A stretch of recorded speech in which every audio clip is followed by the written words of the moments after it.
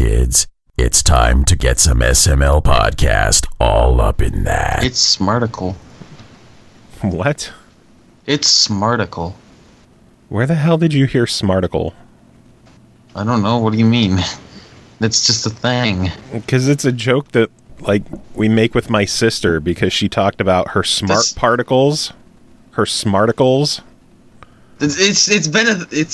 It's not just a you thing. Like, that's been a thing. I've never heard that before my sister, and then now. So that's why I'm confused. I've never heard smarticle anywhere besides my sister. It's a thing that middle schoolers used to say all the time. She's like, I'm so smarticle. Oh my god.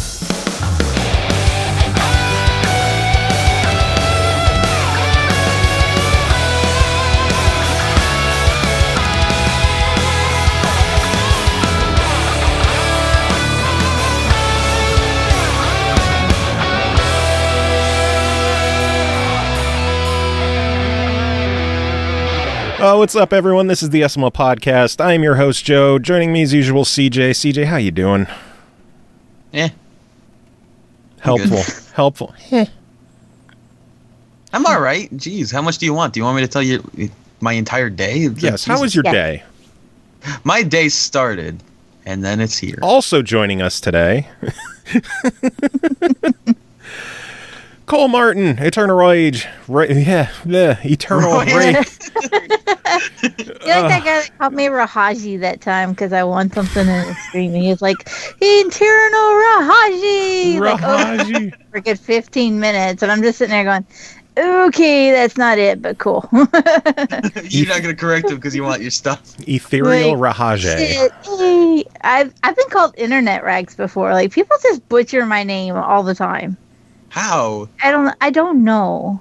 It's an H. You would think that H wouldn't throw people off that bad, but it totally does. Rage. Rage. I'll say. Cole, how are you doing today? I'm doing all right. Thank you for asking. How are you? I'm tired. It's been a really slow, like, it's not often that I start a show and I'm sitting here wondering what the fuck are we going to talk about today? But really, what the fuck are we going to talk about today? It's 4th of July week for the people who are listening to this long after the fact, which means, like, nothing came out this week. There's been very, very little news. There was a little bit of news that showed up today that we could talk about, but for the most part, like, nothing happened this week. Yeah, I mean, there's still that good sale going, so... Yeah, the Xbox Ultimate Game sale's going on. We talked about that last week. It's going on through the end of the weekend.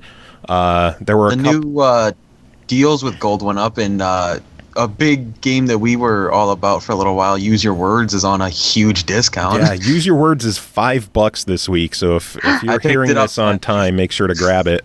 When the Ripstone gals were on, we were talking about how they sometimes play the Jackbox games, and I mentioned, hey, you should check out Use Your Words sometimes. It was in the Steam sale, and I actually used my Steam credit and bought it for them to play. They played it this week. They were loving it, talking about how it's on sale this week. People in the chat were buying it on Steam and on Xbox. So I actually saw them playing it on stream. I was there when they did. Oh, were you? Yep, I was lurking. Sometimes I'm around. Because I showed up like... She lurks a lot. I showed up for their last game. Yeah, I saw him play quite a few, but I was working on some art in between, so I wasn't chatting or anything. I just found out the game got changed, like the rating got changed. It's an M rating now. Yeah. That makes sense considering some of the answers that the house answers. I don't think that even the answers I've seen, like, they don't seem M rated. They seem kind of like high T. But, you know, there's no outright, like, hardcore profanity in the game. There's not dicks flopping around. No, there is some sexual references, though. I don't think it's M-rated level, though. So it's weird. I even asked, because I was chatting with them, like, why did the game get, like, was it an update that you put new content in that it's an M-rated? They're like, no, the ESRB just went back and retroactively changed it. I'm like, why? And they're like, I don't know. You'd have to ask them. It doesn't matter that much. It's not going to change very much that happens. Yeah. So I asked And if that plus, now opens the they can door say- for dicks flopping around in upcoming DLC. And now they can say they're I'd the take first ever online. Fuck, what would you call that? Just a Jackbox style game that's M-rated. Like, there's not really much of a genre name for I that. know the genre needs a name. That's what we need Exactly, to. We because we need to just call find it out Jackbox games. because it's like the Dark Souls games. They're pretty much called Soulsborne games now. Yeah. Which I think Souls-like is better because Bloodborne is just the one game. Yeah. But it's just because the it was made by the Soul- same devs. Yeah. So they do that. I think Souls-like is better than a Soulsborne. Just because And nobody Bloodborne calls is the only one. Telltale games a point and click. They call them Telltale games. Yeah. Because that's the style of it. Even Life is Strange is often compared to a Telltale game. It's like, what the hell do you call the Jackbox style of games? I don't know. It's Good question. hard to come up with that. You can't even really call it a party game because you can play it online, like while broadcasting. So it's See, that's not my limited first to being a thought is party because game either. it is sort of a party game, but it's also not fully. Yeah. Yeah. And it's not much of a game that you actually play on your console either. It's like you have to play it with other stuff. So It is a phone-based trivia and party game, there you go. which That's- is just flows off the tongue. Multimedia. Please don't ask me to repeat that. something, because you can use laptops or anything.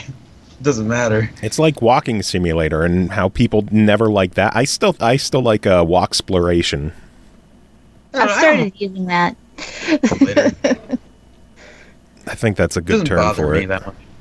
The developer of the game Submerged actually mentioned that on the show. He said that he liked the term Walksploration, and I'm like, that's really good. I like that. So I prefer that over Walking Simulator. I mean, I get it because the Walking Simulator is basically a term that kind of makes fun of the games more than endear. It doesn't sound very endearing, whereas Walksploration sounds more nice. But that's what they're just called now. So I'm just like, I don't mind the name. It's weird, but Yeah, I I'm think Walksploration is a lot better than Walking Simulator because there is a lot of exploration and just like looking around and enjoying the scenery in games like that, and it's not just walking in a lot of them. Oh, by the way, Joe. Huh. I hit 169,000 gamer score. Cool. What the hell? I don't know why that's. I am at 355, 518. You have how many games compared to me though? Like and 2. yeah, you have 1,143 started games on your account versus my fucking 271. I don't want to hear it. Speaking of games, I guess we could dabble in some of the news that came out this week. PlayStation has officially started adding PS4 games to PlayStation Now. Yeah. What kind of rules are they going to tack to that, though? Like, I don't even know how PlayStation Now actually works, so I'm probably not the best person to even ask a question about It's this. similar to anyway. Game Pass, but instead of downloading the games, they're Stream streamed. them. Yeah. You stream. Yes. You still have to play them with a controller, though. Yeah. That It's- seems like it's really heavy on data for people who Yes. are data capped. Oh, it So. very much is data heavy, and then if you don't have a good connection, lag Yeah, out the Constantly butthole. gonna be dropping. Yeah, it's And then you not have a good to pay idea. for it on top of. It's not part of PS. No, and Plus. it's $20 a month versus the Game Pass is $10. Oh. It's really not that great of a deal. It's just it's useful if you don't have a PlayStation 4 and you have great internet. But if you can afford a great internet, you can probably afford a PlayStation 4 if you really want to play them that badly. They started off with a fairly small but decent lineup of games. The PS4 games that are available to play as part of PlayStation Now right now are Killzone Shadowfall, God of War 3 Remastered, Saints Row 4, WWE 2K16, Tropico 5, Ultra Street Fighter 4, F1 2015, Darksiders 2 Definitive Edition Evolve for CJ, MX versus Why AT so many games that are already on like people want the exclusives. Yeah, I'm sitting here saying there's a lot of these that are on Game Pass as well. And MX versus ATV, like Supercross Encore, Resogun, Helldivers. There's some exclusives. Broken Age. Well, Helldivers isn't an exclusive on PC. Has it too? Well, it's console exclusive. But if we're going to talk about exclusives on Xbox, Xbox doesn't truly PC, have exclusives anymore. If we're going to talk about exclusives on one platform and ignore that they're on PC, we're going to be fair. Like, it's a console exclusive. I've never been that guy, though. I always say at this point, Xbox doesn't have exclusives anymore. It's like it's Microsoft exclusive, but it's not Xbox exclusive anymore. I still think console exclusive counts. But Broken Age, Dead Nation, Apocalypse Edition, Grim Fandango Remastered, Akiba's Beat, Castle Storm Definitive Edition, Exist Archive, The Other Side of the Sky, Nidhogg, and Super Mega Baseball. So yeah, a big chunk of games that are part of Game Pass are also part of PlayStation Now, which makes sense. It disappoints me, though, how much of them weren't exclusives. Like, the main reason to get that is if you don't have a PlayStation 4, you want to be able to play the PlayStation 4 exclusive games still. No. So not having them is like, well, I guess there's no point. And and plus, I mean, to go back to the console exclusive thing, we're talking about streaming them to PC. So if it's available on PC, then it's not really that useful still. Yeah, but I mean that's in addition to all the PS3 games that are available. I mean, we shit on PlayStation Now for the fact that it's streaming only, which I fucking hate. I can't get over the fact that it's streaming only. But completely pointless for most people. But now, including all the PS4 games for the $20 a month, there's over 500 games available. So they're not fucking around with library size. No, that is true. But you're not going to get. I don't know. It's not that bad. It's just. It seems like a lot because of the price tag. Yeah. Like I think it feels like its like faults are heavier than its benefits, if that makes sense, though. Yeah. Like when you add up the price and the streaming, and that there's not that many exclusives on it, then you feel like, but I'm biased. I don't know. I mean, when you look at the PS3 lineup, there's a shitload of exclusives there. It's just the initial PS4 lineup isn't super heavy in exclusives. Although funny to note is that the European PlayStation Now has significantly more PS4 games available. Like not just like 5 or like. It's more than double the size of the American lineup. Why? Really? Yeah, and I don't know why. Some of the extra titles are Heavy Rain, Tearaway Unfolded, Counter Spy, Shadow of the Beast, Alien Nation, Escape Plan, Everybody's Gone to the Rapture, Hardware Rivals, This War of Mine, The Little Ones, Day of the Tentacle Remastered, Sherlock Holmes, Crimes and Punishment, Dungeons 2, Back to Bed, Pure Chess, Pure Pool, Ollie Ollie, which I have no idea how it's going to work well with any kind of internet input lag for how quick of reflexes Ollie Ollie requires. Stick It to the Man, Blood Bowl 2, Super Stardust Ultra, Farming Simulator 15, Tour de France 2016, so there's 2 huge ones. Yeah. Air Conflicts, Pacific Carriers, Grand Ages Medieval, Pure Hold'em World Poker Championship, Qbert Rebooted, Fluster Cluck, The Last Tinker, City of Colors, Velocibox, one of our favorites, Whispering Willows, Kickbeat Special Edition, Battle World Chronos, and Legend of K Anniversary. Yeah, what the fuck? All available for European PlayStation Now gamers, but not for America. That's an odd list and decision.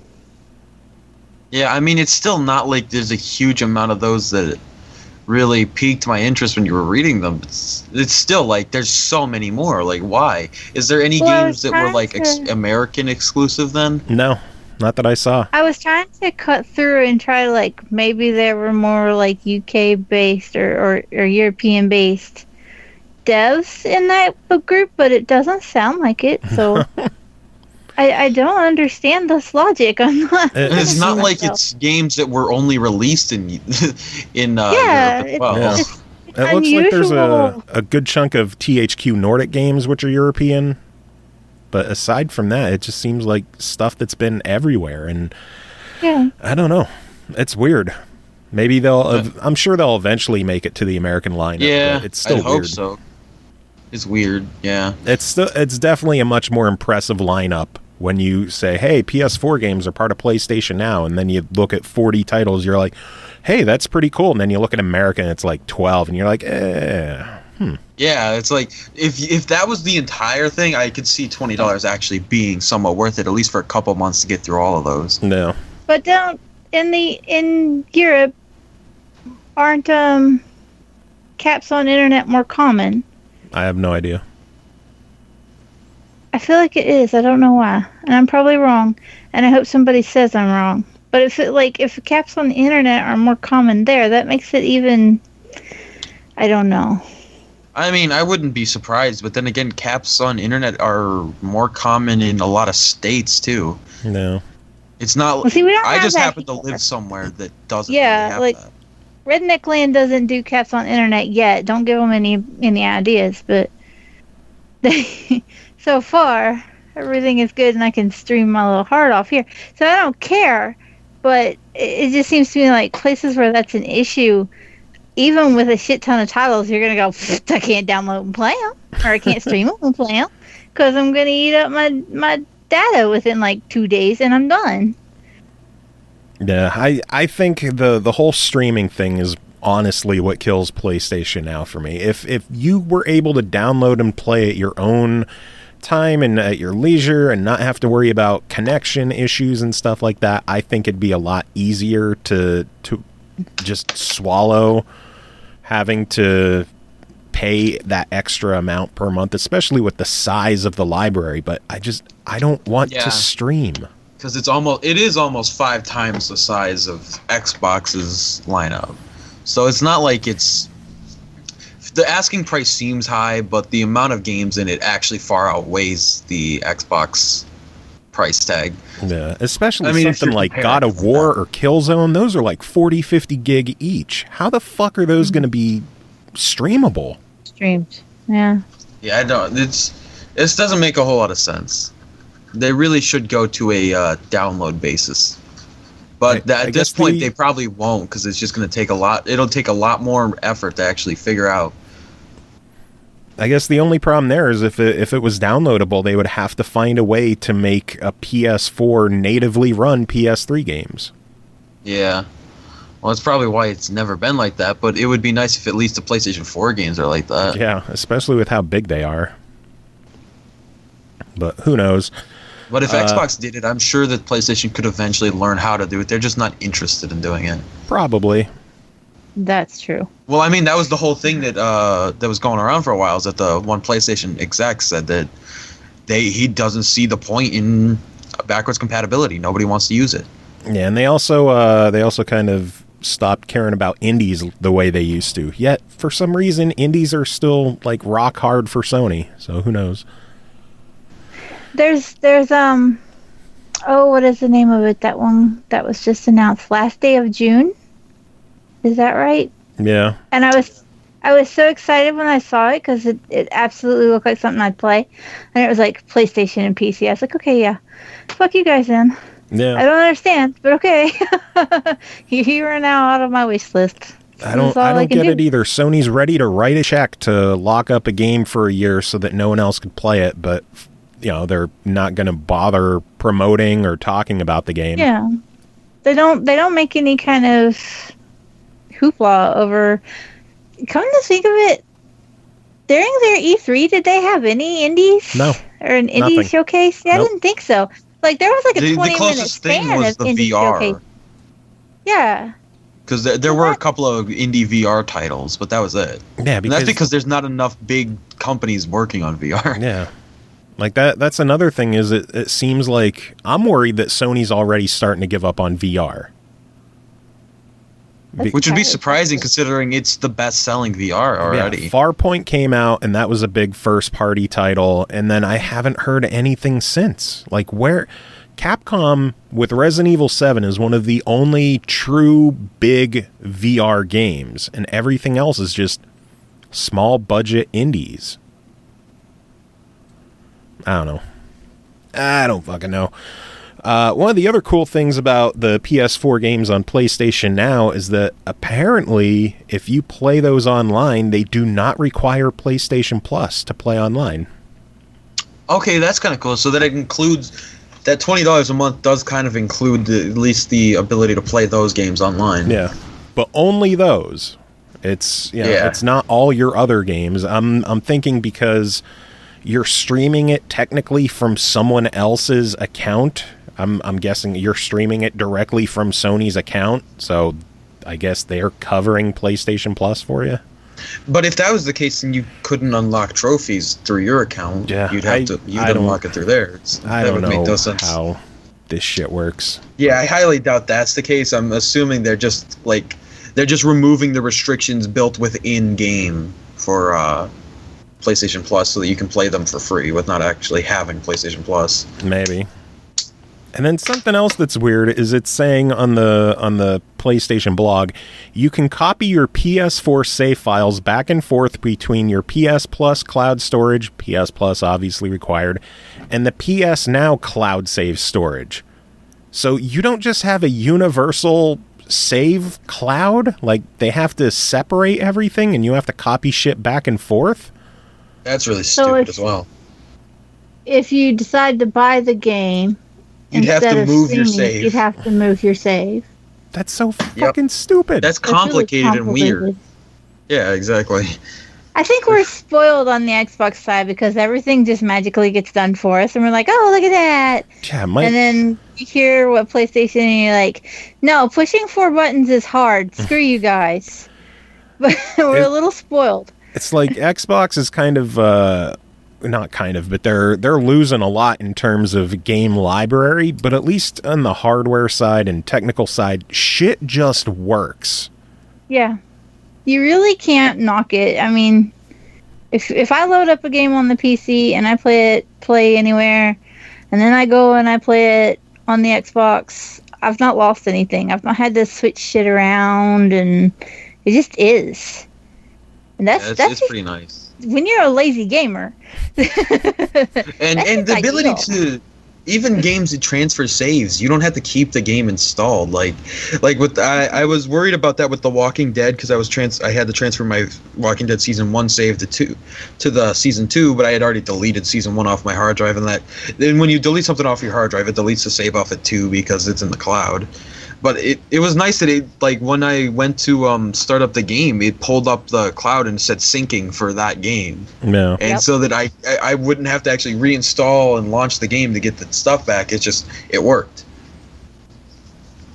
Yeah, and so that was pretty nice. By the way, I'm finally caught up on all the Walking Dead stuff. God, it's so good. I need season 4. I need season 4. Well, there's no word on a season 4, but Minecraft Story Mode Season 2 is hitting July 11th. Yeah, I need to play that. I started Game of Thrones last night, and then I'm going to work on Minecraft. I'm just trying to pump out all the Telltale games because I'm loving them right now. They're so good. I love them. Game of Thrones is surprisingly good, too. I don't even like the show, and I'm getting into it. I don't know. I kind of gave up on the Walking Dead show. After the whole Negan killing someone cliffhanger that they sat on for months on end, and then the show came back and they immediately just kept the cliffhanger going for half the show. Fuck it. I gave up. That was the last episode I watched. I gave up in season 3. I stopped watching a long time ago. No, it got to the same point where, I mean, even like that. You're never actually in one place. You never find somewhere that's safe. It's constantly the same thing of things go bad. They never stay good. But it's, at least in the game, it feels like there's more variety to it, and you like the characters more. The only character I like in the show, and I don't even know what's going on with that, you know? No. It's just like, I hate Rick. I don't care about his fucking kid. Coral. Yeah, fuck him. Carl. I like Glenn. That's it. Well, I have some bad news for you. I know, and I'm pissed. I'm not interested in ever catching up on the show again. Some other fun news from Sony. This is the bad side of things. Their game, The Tomorrow Children, which has only been out for a few months now, is ending on November 1st in Japan, and probably very soon after for the rest of the world. What kind of game is it? I've never played it, so I'm not sure. But is it like an That might be online why game it's where Yes, it's an online, servers required. It's Sony. It seems Sony puts out so many of these online required games, and they've been shutting them down within like a year and a half, that I don't even bother with them anymore. Yeah, because you're just gonna lose all your stuff, and if the game has microtransactions, God forbid you wasted money on them. Yeah. When the game's gonna be gone soon. I don't know. That's stupid. They need to do a better job of advertising that shit, because I've never even heard of that game before. Do you want to open that package a little louder? I'm sorry. I had to get my lemon water. Are you going to share with the class? I mean, No, fuck you. Buy your own lemon water. Although I'm drinking way too much. I've already finished a bottle. I'm yeah. gonna have to piss so bad. The Tomorrow Children released September 6th, and they already announced it's shutting down. Wow, not even a full year. Yeah, that's sad. I mean, when they shut it down, it'll be like a year and 2 months, but... Oh, okay. So you still got quite a bit of time if you want to finish things up. Yeah, it says the game's termination date is November 11th, but then somewhere else is saying November 1st, so I don't... Like, they can't even get their shit right on what the date is. It's just shitty that they make these games, they put so much development time and resources into these. I'm sure it took them longer to make the game than they leave the servers active. What's the point? Yeah, I'm at a loss for words. Like, because yeah. A year and 2 months. Why do you even bother spending? Even if you make a game with the quickness and you have a huge team working on it, you're still going to be at least a year and a half. A year on a good day. and 2 months. The game is shut down. It's just depressing. Meanwhile, So Defiance, which barely has... Go ahead, I'm sorry. Alright, cool. Defiance, which barely has 500 users a day, is still running. They're keeping it up just for those people because... Fuck, Battleborn is still going, and they have like less than 100 people at a time on Steam. Yeah.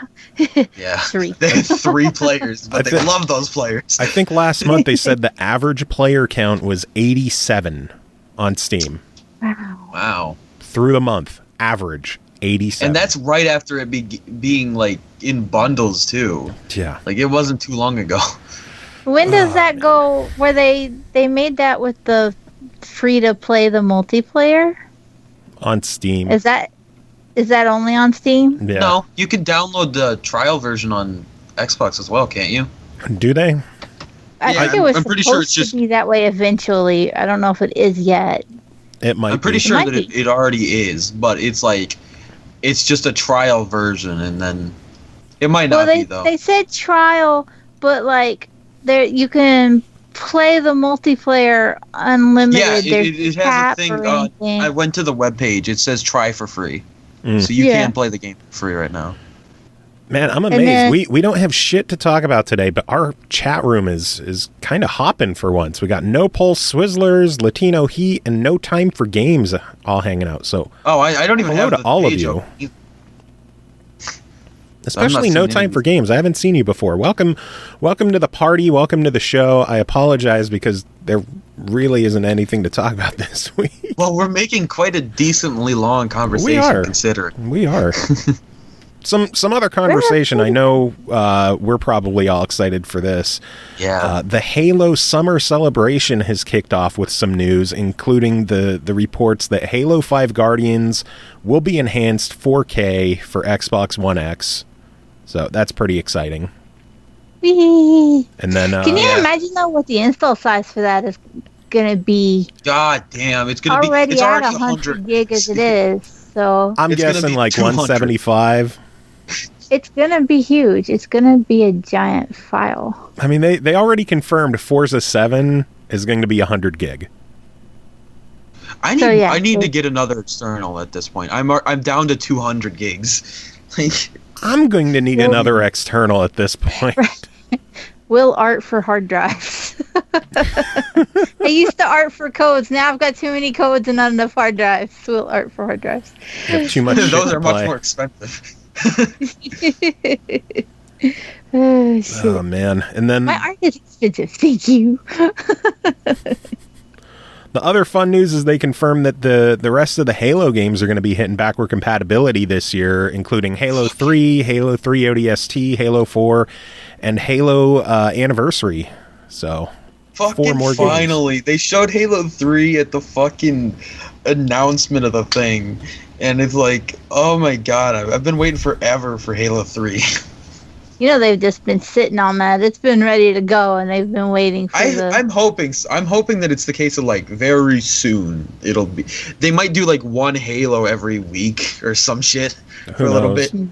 This was another week without any additions, though, so that's wonderful. We had a bunch last week, and then we're back to nothing. Yeah, that's true. But all the in all the Halo 360 Halo DLC is going to be free. Yeah, that's pretty neat. With the backwards compatible. It's already free too. Oh, Halo Reach's DLC is already free. At least I already grabbed that one. Cool. I need to grab Halo Wars DLC.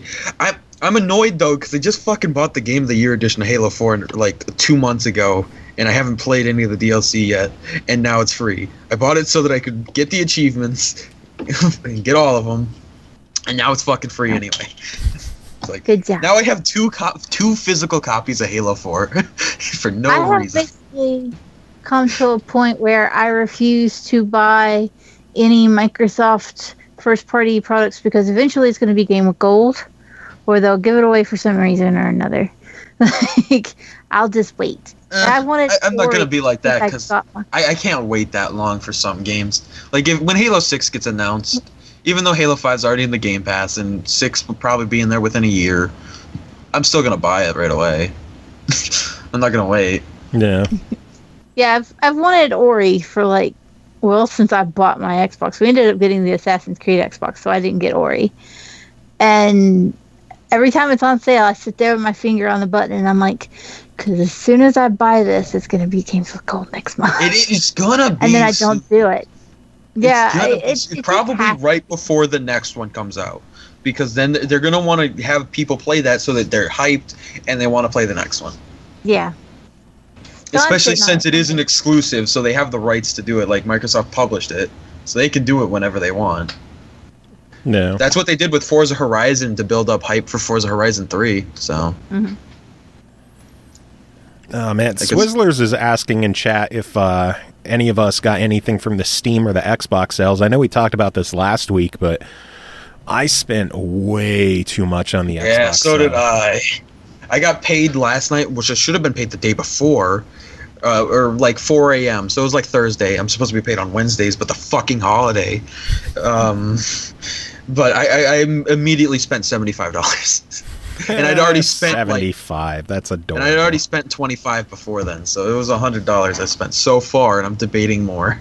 Yeah, I went kind of crazy because a lot of people have finally caught on to the fact that GameStop had a massive trade-in deal going on, and people found some great ways to abuse it. By the way, there was earlier this week on like Sunday and Monday, people were saying that you could get what the hell was it? Garden Warfare 2 from like Best Buy or Walmart for $20, and base trade-in at GameStop was like $27.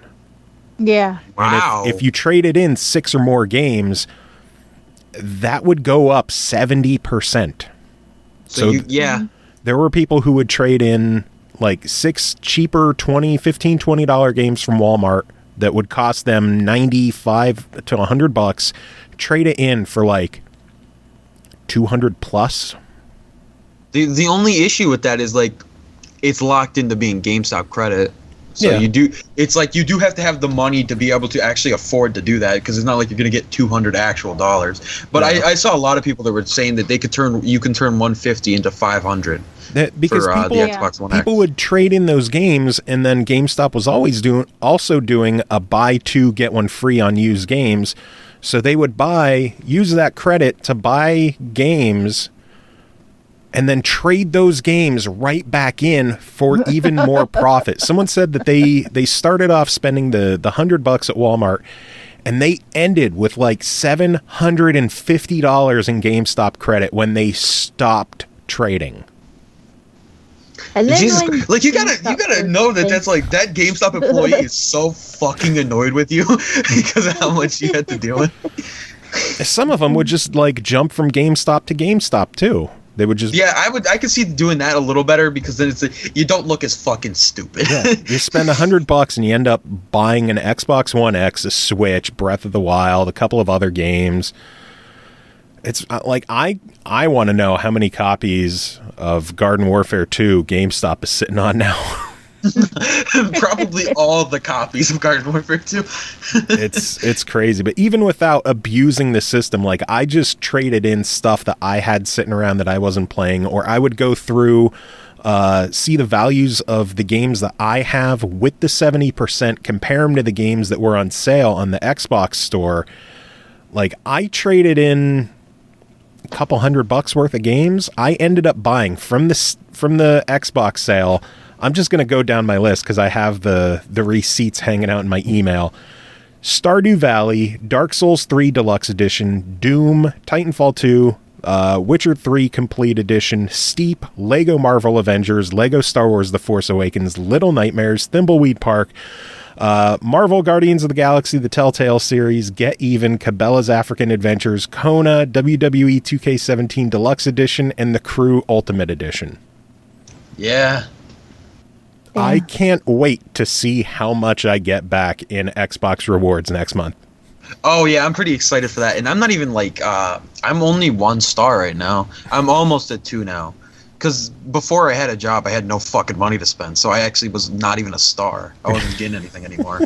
But now that I have a job, I spent so much. Like I'll go down my list real quick. It's nowhere near as big as yours. But I don't think it can be. I bought Mantis Burn Racing, Far Cry 3, Manuel Samuel, The Witcher 3 Wild Hunt Expansion Pass, since I actually own the game already, Song of the Deep, Forza Horizon 3 Porsche Car Pack, because that was a good deal, Beach Buggy Racing, Uncanny Valley, and Use Your Words, which weren't a part of that sale, but I bought them last night as well. Middle Earth Shadow of Mordor Game of the Year Edition, which is fucking $4 right now. I was going to say, I hope you got it now, because it's free to play this weekend. And then for the sale, it's $4 for that game and all DLC. I also bought Life is Strange Complete Season 1. I've been playing Life is Strange. Yeah, I noticed you did. That was your 50th completion or something like that. And then I bought The Walking Dead Season 3, which I've already gone through because I bought that a few days ago. I couldn't wait until I got paid. I had enough, so I was like, fuck it. and I bought I can't find the other one, but I bought one other game too. I don't know where it is. But yeah, cool. I bought quite a bit. And I'm pretty happy. I can't wait to start I'm debating Far Cry 4 Gold Edition and Far Cry Primal as well, but that's like $48 right there in those two games. Like Far Cry 3 was $10. It wasn't that bad. What about you, Eternal? I actually haven't bought anything. And the only thing I wanted was Little Nightmares. So well, that's only $13. Yeah, only. Starving artist syndrome, but I also just recently grabbed The Calling because I had extra credit, and I'm like, fuck it, why not? I wish I would have bought it on Steam when it was $15 because I'm not really interested in on Xbox because I know the achievements are going to be horror, and it's not really a game I'm that into. But I would have given it a shot at $15 back when it was in very early access. Now it's $25. How does The Calling play? Is it asymmetrical like Friday the 13th and Dead by Daylight, or is it asymmetrical? No, it's completely like solo. Free for all. It's free for all Hunger Games, or you can do teams. Like Battle Royale style. Yeah, it's like H1Z1. I know a lot of people were complaining about it not working and demanding refunds and stuff, and I was kind of like... Yeah. That was a big problem. I don't understand how game preview works. That's the whole point of game preview, is to buy it when it's still a little shady so that you get the deal and you help test it. People were still having No, trouble. people want games to work right away, even They if they're do. in-game preview. They do. Speaking That's of true. which, I'm thinking about buying Subnautica as well, but I really wish that Slime Rancher would have been on sale. It hasn't been on sale in a little while, and I want to pick it up so badly. Well, you still have through the No, weekend. I haven't seen anybody stream Slime Rancher, play it, talk about it, or anything. Every time I see it, I'm like, that looks so cute, and I don't know jack shit about it. Not a thing. The saddest part is, like, I'm still considering if I want to get The Walking Dead Season 3 for $15. Yes, City you do. Skylines is $32. There's a couple Buy of The Walking Dead Season 3. It was a really good season. there's a Although- couple of Xbox 360 games I'm still looking at, like Metal Gear Rising for 10, Remember Me for 5, Armored Core I'm for thinking 5. about Spec Ops: The Line for 5.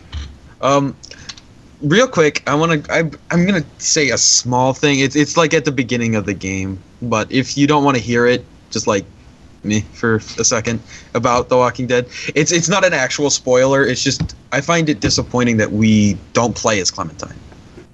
Like, I was hoping to play as Clementine, and we were playing as Javier. Javier. I mean, it wound up working out really well, and I wound up caring about them anyway. Like, Telltale did a really good job of making you care about characters that were never introduced before. Yeah. I guess it's not really a spoiler. It's just saying that you don't play as the same character. But it annoyed me because I would rather be playing as Clementine and deciding what she says. You know? It's like, it's just weird I that wonder now though she's if- based off of what you did before. I wonder though if maybe they'll do it where, one season you're somebody that Clem's with, the next you're Clem. See, I don't want to Until talk now this anymore because season that I don't want to say it. I'm not going to say that because that's really spoiler. Yeah, don't. So, Yeah, I I'm not forgot I gonna. bought some 360 games too. I got Ms. Pac-Man for $1.25 because I apparently never had Ms. Pac-Man. I had it on the Namco Museum arcade disc, but I never actually owned it by itself. I got XCOM The Bureau for $3, Tomb Raider Underworld and Tomb Raider Anniversary. So, way too much. I have problems. I am not jelly of your backlog. I am a little jelly of your backlog because it has Little Nightmares in it. But otherwise, you can look at all those games that you're not going to have time to play. It's only $13, Cole. Seriously, it's only $13. Just grab it. What are you waiting for? Money? Excuses. Money. Tell people that hire me for art to actually pay me, and then Just, it will just be go Yeah, hooking. some shiz for free. Fucking tell him, like, give me fucking money for the shit. Yeah, Shiz has a subscribe button. He could afford to pay you now. Yeah, I'm giving him $5 a fucking. Well, I'm not giving him $5 a month. Twitch is giving him $5 a month because of my Prime membership. Fuck, someone got Shiz a controller. He could give you $10 Yeah. for your artwork. He could give you I'm not- $13 for Little Nightmares.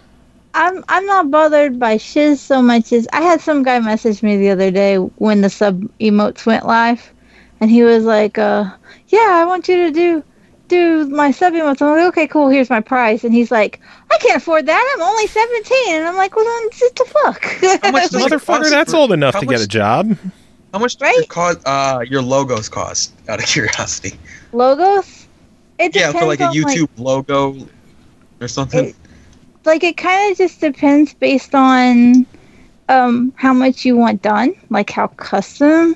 Just Like if I'm gonna average. sit and be drawn for a while, you can usually assume it's gonna cost about $10 to $12 an hour. See, that's not, well, So- an hour.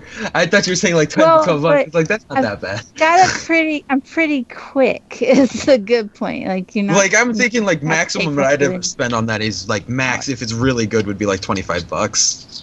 Well, see, like I've done entire Twitch channels before for $40-$50. See, yeah, that's a lot it- more than what I'm talking about. I would be like, I need a logo. I want a And- logo, but I know how to in do this stuff myself too. In comparison, there was one guy who had messaged me for, and he was like, "Oh, you did this for me 6 months ago, and I already paid you, and now I want it all reworked, and I want a completely different set, and I want a discount because I paid you before." And I was like, "Yeah, I don't have time for that. I'm sorry." Yeah, you don't do But it like that. the funny thing was, he was like, well, then do you know anybody that can help me? So I sent him to some of the other graphic artists that I know of, and he come back. He's like, they want $200. Yeah, I know. You were getting a deal out of me. How dare people want to be paid for their work? Yeah. So, at the time, Either pay somebody or get good and learn how to do it yourself. I mean, that's what I do. I'm the asshole making fun of them when Randall did both of our logos for the show for free just because he wanted to help the show. And all the theme songs I've had are friends who are just like, yeah, man, I'll make you a new theme song, and then they would just do it. So I'm lucky that I have friends who just are bored enough to do shit for me. And I don't care to do free stuff for friends. If I'm like, hey, look, I got time, I'll do that for you. Don't worry about it. That's one thing. But is that what happened with Shiz? Yeah. You let him have your work for free. And Shiz is good for business because I'm like, hey, look, go look at his and see what I can do, and then that's true. He's good advertisement.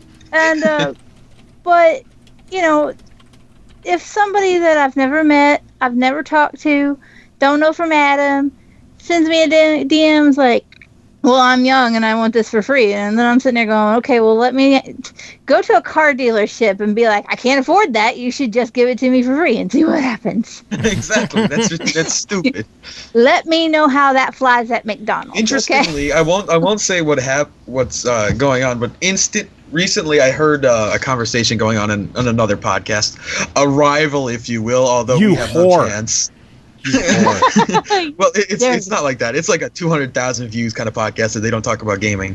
But either way, they were talking about how he spent like a lot of money on a controller, and he tweeted out to them like, thanks for this awesome controller. You guys did a lot of custom work, and it's like normally the controller would be like $80, but it was like $200. And then other people started tweeting him like, you're ridiculous. Why would you ever spend like that much money on a controller? And he's like, you don't get the point that they put the work into that. It's not because it's an $80 controller. It's because they did stuff and made it a nice controller and put their time and effort into it. That's why it's worth $200. No. Yeah. And it's like, that makes sense. Like, people need to stop being so cunty about shit.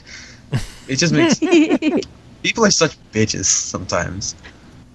Yeah, but what are you gonna do? I got us derailed, didn't I? I'm sorry.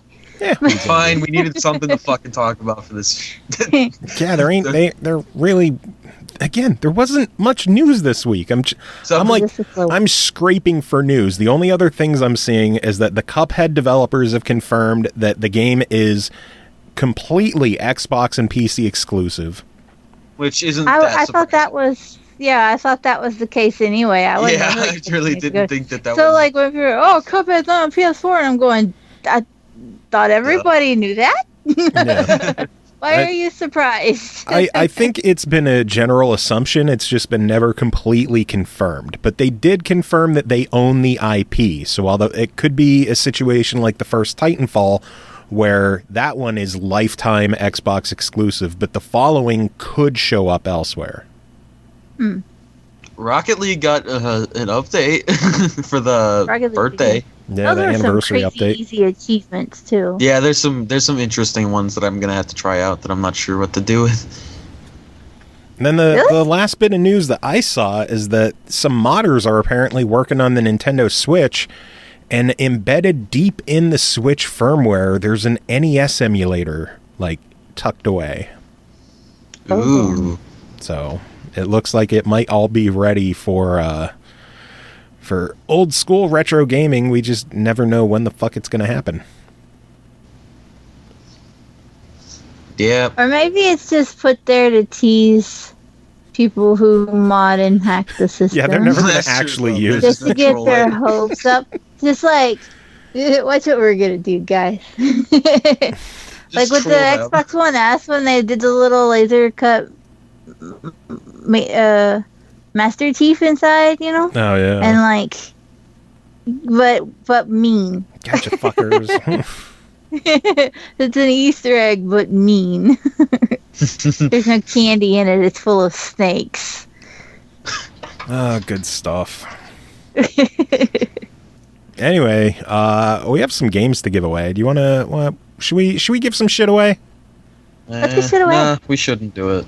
Well, too They bad. didn't- TJ always get cherry. We're giving shit away because we have some copies of Grim Legends 2 on the Xbox One from our friends at Artifacts Monday. And we asked people on Twitter to email us and tell us why they want the game. And as it stands, we've got 4 emails sitting in my inbox right now, unless someone in chat decides to send one last minute. But I have ample codes to cover all of those. Ooh, So I got everybody who emailed is getting a copy of Grim Legends 2. Grim Legends is. I should email so real quick and good. be like, "Fuck you." At my discretion. So if I see one from CJ Greenwood that says "fuck you," I'm going to be like, "No, send." Okay, bye.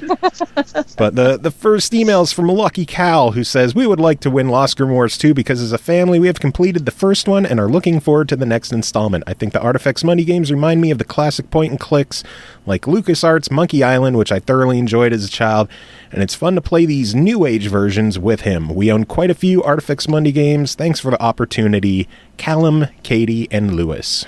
Guess what? All 3 of you, you're going to play the second one. Ooh, They got the name that's 3 wrong, codes, though. right? Nah, I'm joking. What name did they get wrong? They said Lost Grimoires instead of Grim Legends. What are you going to do? Wow. What are you I gonna just do? outed it, that's all. Sorry, guys. It's very possible I read it wrong because, like, I'm half asleep right now. Wake the fuck up. Come on. Next email is from Leon Claymore, who says, "I hate reading, but I want Grim Legends so much I'm willing to put an effort in." Looks cool. No extra effort needed for gore script, though. It's all about the killing, which I already do, and very well. So these two together would make for a fine, diverse, and really we need that in our society. So yes, you're going to get Grim Legends, and you're going to get gore script, because we're still sitting on some gore script codes, too. So. Yay! You get a code. You get a code. Everybody getting codes. Everybody getting codes. Billy P emails in. He says, "What's that? Another opportunity to win another Artifacts Monday sequel? After winning both Nightmares from the Deep 2 and Enigmatis 2 from you guys, and the 2 being the only Artifacts Monday games I've played, you'd think I would have bought and played some of the others. And I will, but I can't turn down the opportunity to win another sequel." So, Billy P, you're going to win another sequel. That's You're just, lucky day, dude. that's just how it happens. That's how it goes. We got to break the streak. Latino Heat writes in, and he says, "Good evening to the SML podcast. I've always been a huge fan of point-and-click genre. I see myself playing as the healer and traveling to the legendary realm of Swan Kingdom with a mission at hand to find the missing prince and unravel the mystery behind the family curse, and also becoming a hero and saving the queen, and my portrayal in the game will help the fate of the entire kingdom. If given the opportunity, thanks so much to the SML podcast for the chance to save an entire kingdom sent from my iPhone." You can't play it on your iPhone, but you get a code. Indeed. And go Well, you figure. can if you buy the But iPhone you gotta version. buy it for $3. Go figure. While reading these off, we got 2 more emails. I wonder if someone in chat emailed us. Like Michael Brody, a.k.a. Swizzlers, who says, "Grim Legends looks like a fun game. I spend most of my time at work looking for stuff. Wish I could look more in a game." Michael, you're going to start looking for shit in a game. Look for all the things. And then John Prudlow, who says, "I love Artifacts Monday and their puzzle games. I'd love a copy." Cool, because you're getting one. I'm gonna guess that might be No Time for Games. That's my guess. And then Yeah, Michael probably. Barodi again, who says, "Gore Script sounds like a fun game. I never played it. Definitely would like to play." Guess what, Don't you have motherfucker? it? You're Yeah, getting a well- copy of Gore Script. So, yeah, codes for everyone today. It's raining and cold. If I was quicker, I would have done it, but I'm not gonna do it. I was just gonna write slippery cock. Slippery cock. CJ Greenwood, you are not getting a copy of the game. You can suck on that slippery cock. That's okay. It's only $10, something like that. It's $10. Numbers are hard. And then if you And I haven't have like, If you haven't kept up with us on Twitter at the SML Podcast, we are currently doing another Gleam giveaway. This for a copy of Micro Machines World Series.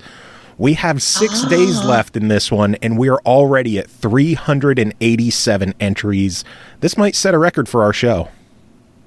Oh boy.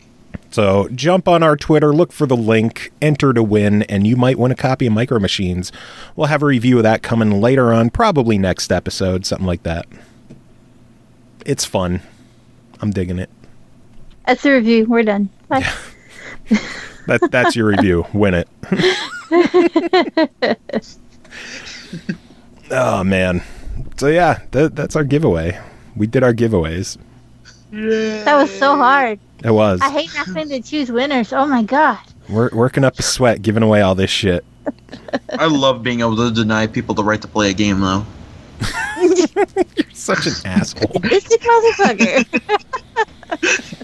Oh, man. You guys ready to talk reviews? Because we have a handful of reviews to take care of today. No, but let's do it anyway. Tough shit, because it's happening. I just said let's do it anyway. Tough shit, because it's happening. Hey, CJ. I have deja vu. CJ. What? It's happening. That's great. Tough shit. Cool. It's going to happen. So first game to talk about today is called Marvel Heroes Omega, developed and published by Gazillion. It released June 30th on Xbox One as a free-to-play title. It was previously available on Steam and PS4 in closed/paid beta.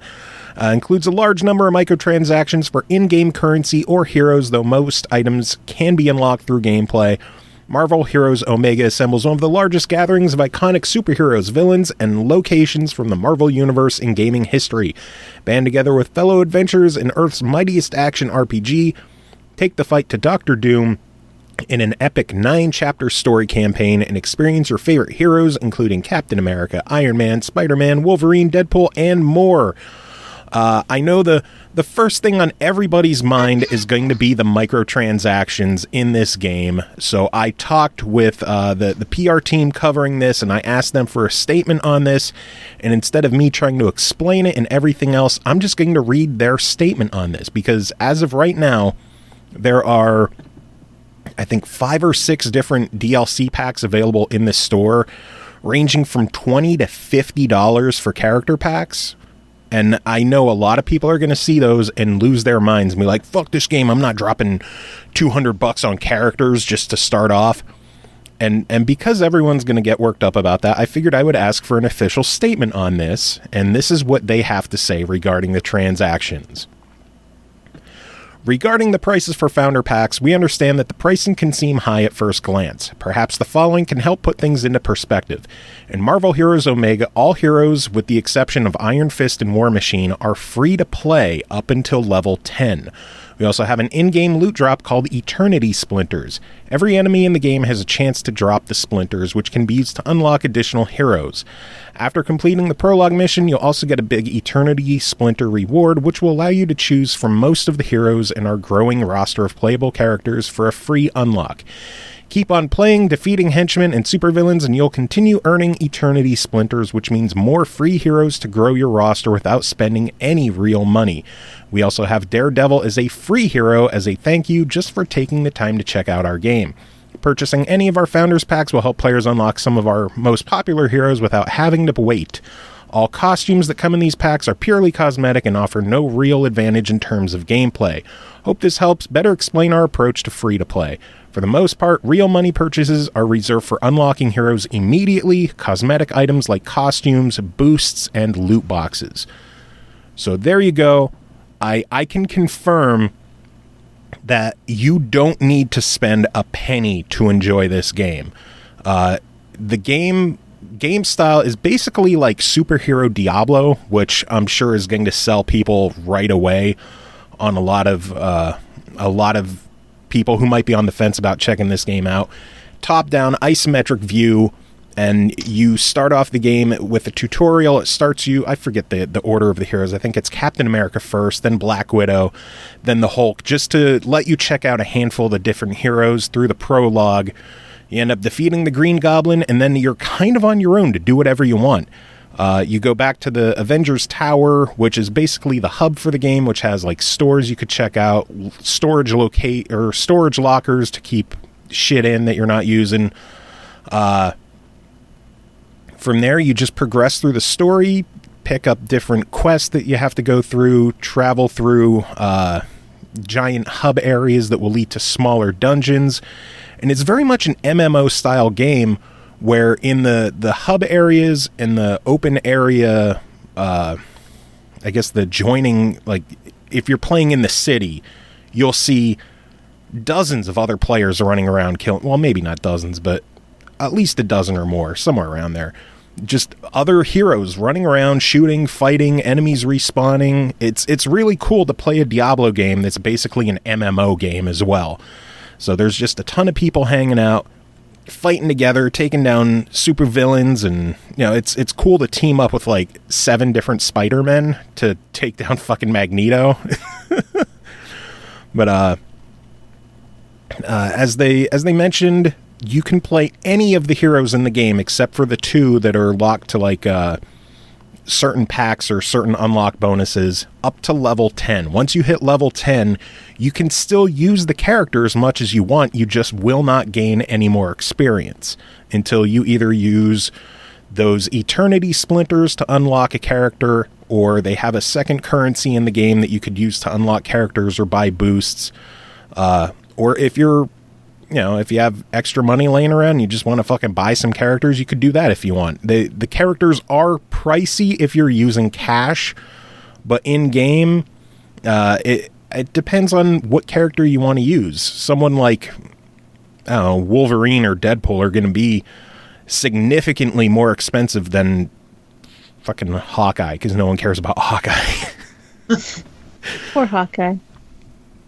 Yeah, it all comes down to what hero you want to use. And, given that they have dozens of heroes available, you're going to be able to find characters that you like.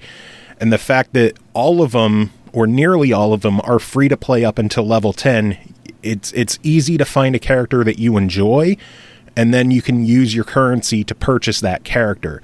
The achievements in the game will require you to eventually unlock, I believe, 6 different characters and get them to level 60. So it will be a grind to get that CJ, because I know you're an achievement whore. But the game, holy shit, am I having fun with this game. They have the standard campaign where you just go from area to area taking out baddies and everything else. They also have like patrol sections where it's just kind of like a giant cityscape that you run around, and they have live events happening that you have to go and work with other people to take care of.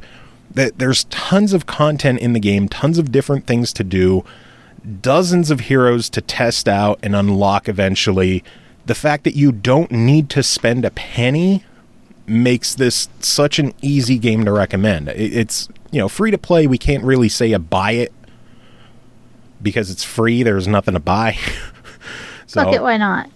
I firmly believe that Marvel Heroes Omega is going to eat up way too much of my life because it's superhero Diablo. It is a blast. I wish it would have come to Xbox sooner. It's kind of shitty that it was exclusive on PS4 for so long in closed beta, especially given the fact that PlayStation doesn't even have a game preview program. Like, release that shit on Xbox. They have a game preview program. That's the point of that fucking program. But I definitely stand behind Marvel Heroes Omega.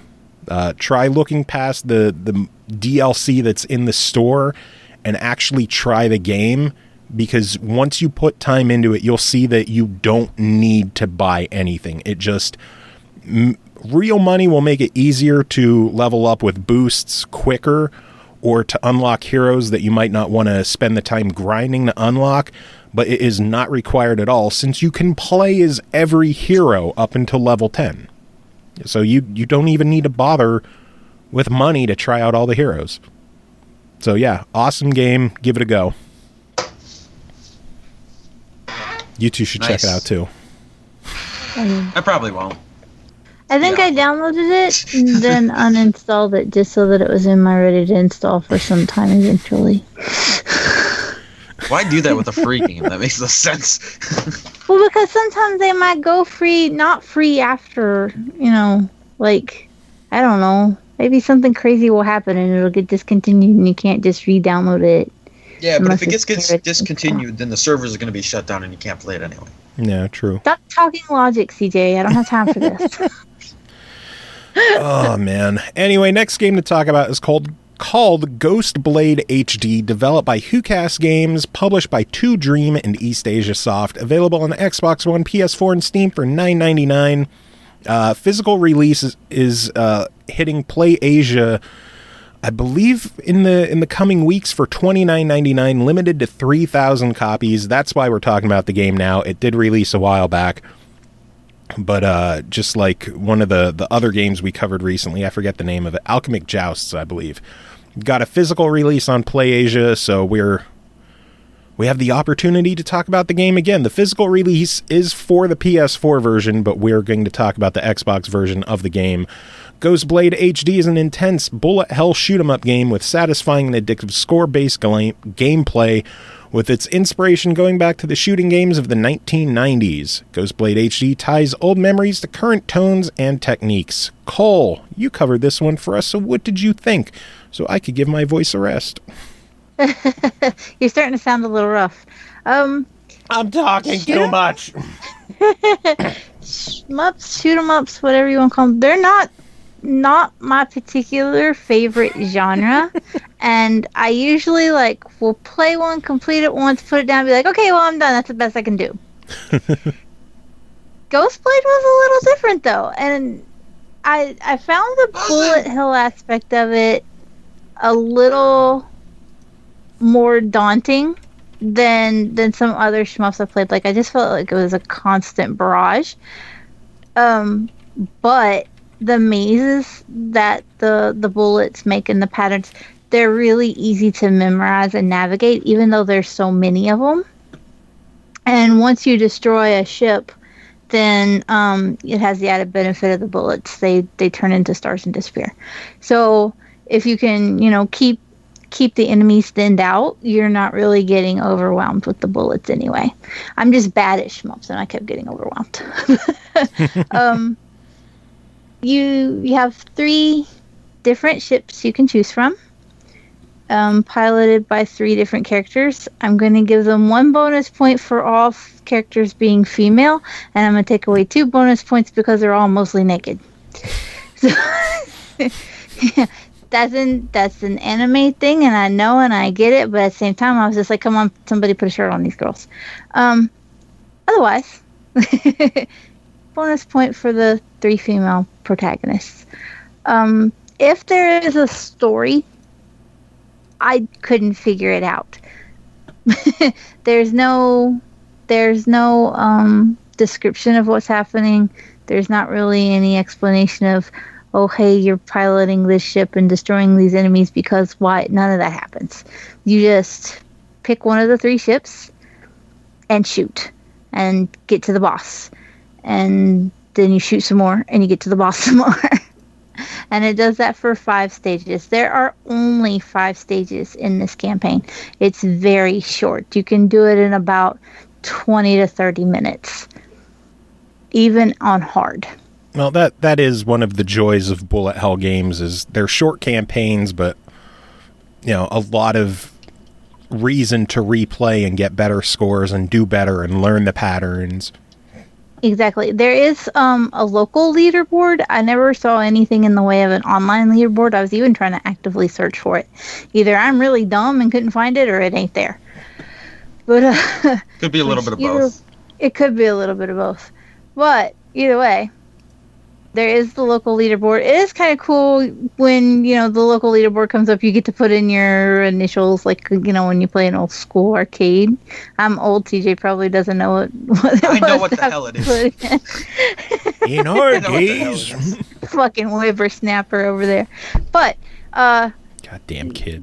That's really neat when you get to, I got number 1 for the leaderboard and I get to put in my name. Number 1 on your leaderboard. Yeah, I think basically, as long as you don't die in the first 30 seconds, you get to be number 1. But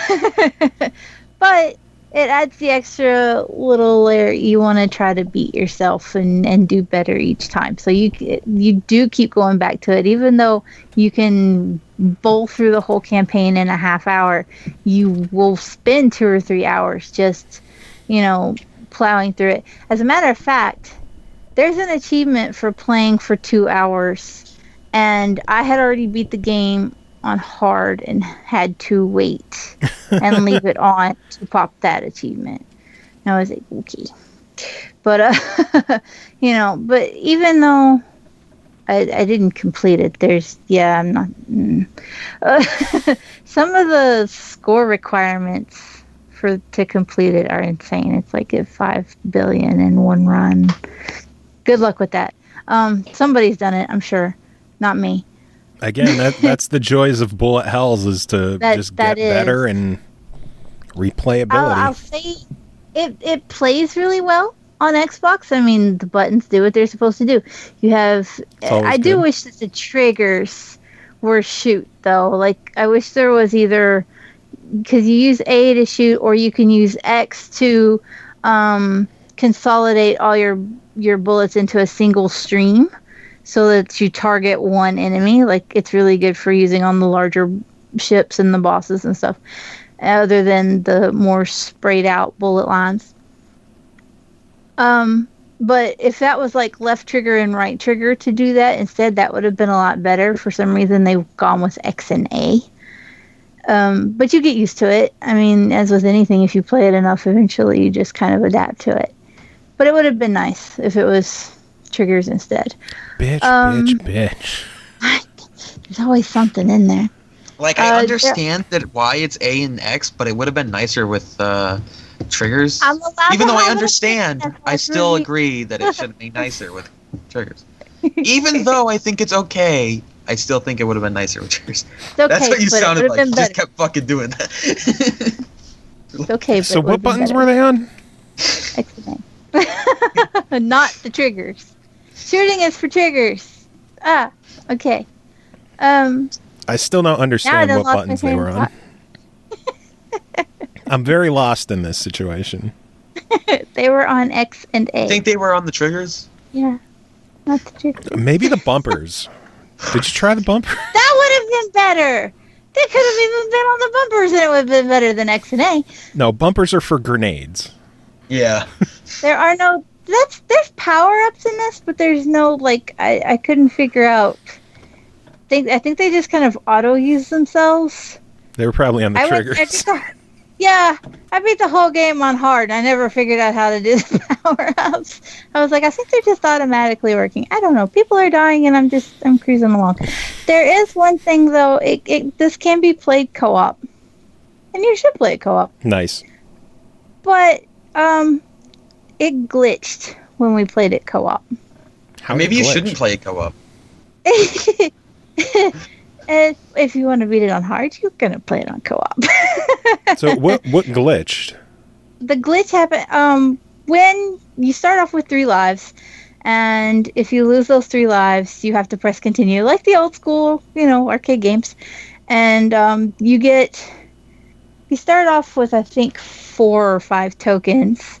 And then the further you get and the higher your score, the more tokens you can rack up, and you can even get up to 9 continues total. So, I was playing with number 1, and she exhausted her continues. For the remainder of the game, nothing shot at me. I destroyed everything. The bosses didn't shoot back, and that was... Then how did you not get the 5 billion achievement? Because that's for the survival thing, and you can't do that co-op.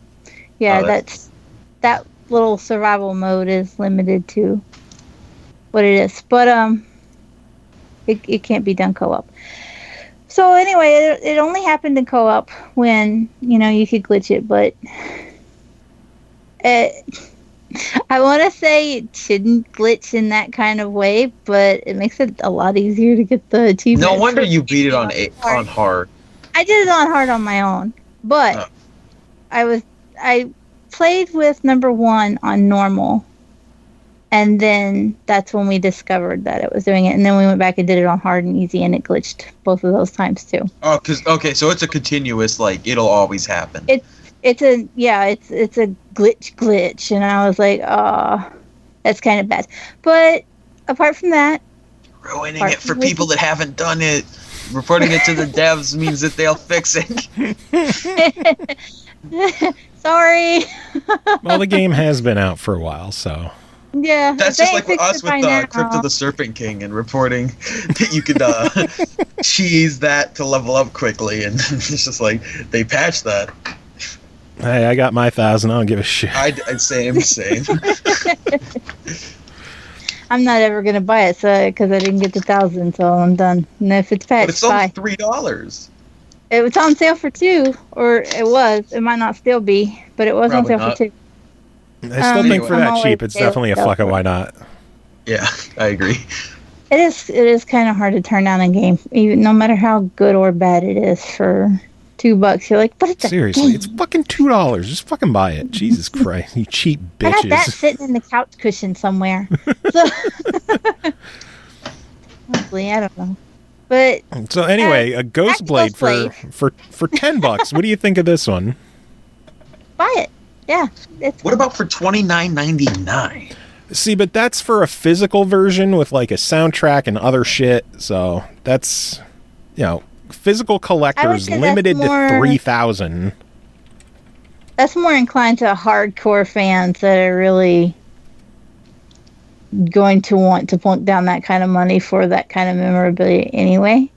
But for $10 digital, if you like shoot 'em ups and you don't care that it can glitch on co-op, hey, have at it. Or maybe you like that it can glitch on co-op and you don't Or want it that ruined you by like that somebody it like you. glitches on Joking. Sorry. That You're has not to be joking. fixed You're mean to me, CJ. I've been told that a lot. Even people at work say I'm too This mean. is guest abuse. You're not much of a guest anymore. Oh. This is But- regular abuse. But yeah, the physical version is very clearly for the hardcore collectors out there. It's very much in similar vein to like the signature series that some companies are doing, or like limited run stuff like that. So the people buying these are very much the collectors, and the fact that it's only limited to 3,000 units, I think, is enough of a draw to make up that extra money. Instead of $30 instead of being 10. But it also comes with reversible artwork, a collector box, a numbered paper showing what number your copy is, and a soundtrack disc with 14 songs. So if you're a fan of the game, Eternal, you're not that smart. What'd I do? There's an achievement, literally the first one, upload its score to the global leaderboard. Oh. Yes. Well, I'll be damned. I really did poke around. I was like, I don't see. That's hilarious. on that note, next game to Right, talk but- about. What? Don't worry about it. What? Shiny object syndrome. What? Go ahead.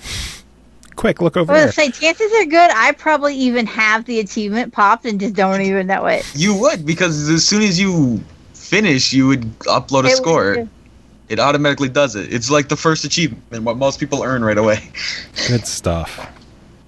So yeah, next game to talk about is called AereA, developed by Triangle Studios, published by SOEDESCO. It released June 30th on Xbox One and PS4 for $39.99. Previously available on Steam. A deluxe edition is available on PS4 for $59.99. Includes 8 avatars, 3 static themes, a dynamic theme, and a soundtrack. AereA is a music-themed action RPG in which you play as one of the great maestro Guido's disciples and explore Azir, a floating island that was broken into pieces. Your mission is to find and return the 9 primordial instruments to restore balance and peace to the world. You have to find your way through all parts of the scattered islands, complete quests, solve puzzles, defeat bosses, and discover the truth behind the islands. Will you be able to return the 9 primordial instruments? I can, yes. I know, CJ, you covered this one back on Steam, right? Yes, I did. I am I've covering... actually played this too. Oh, you've played this one? I played this too. What did you think of this one?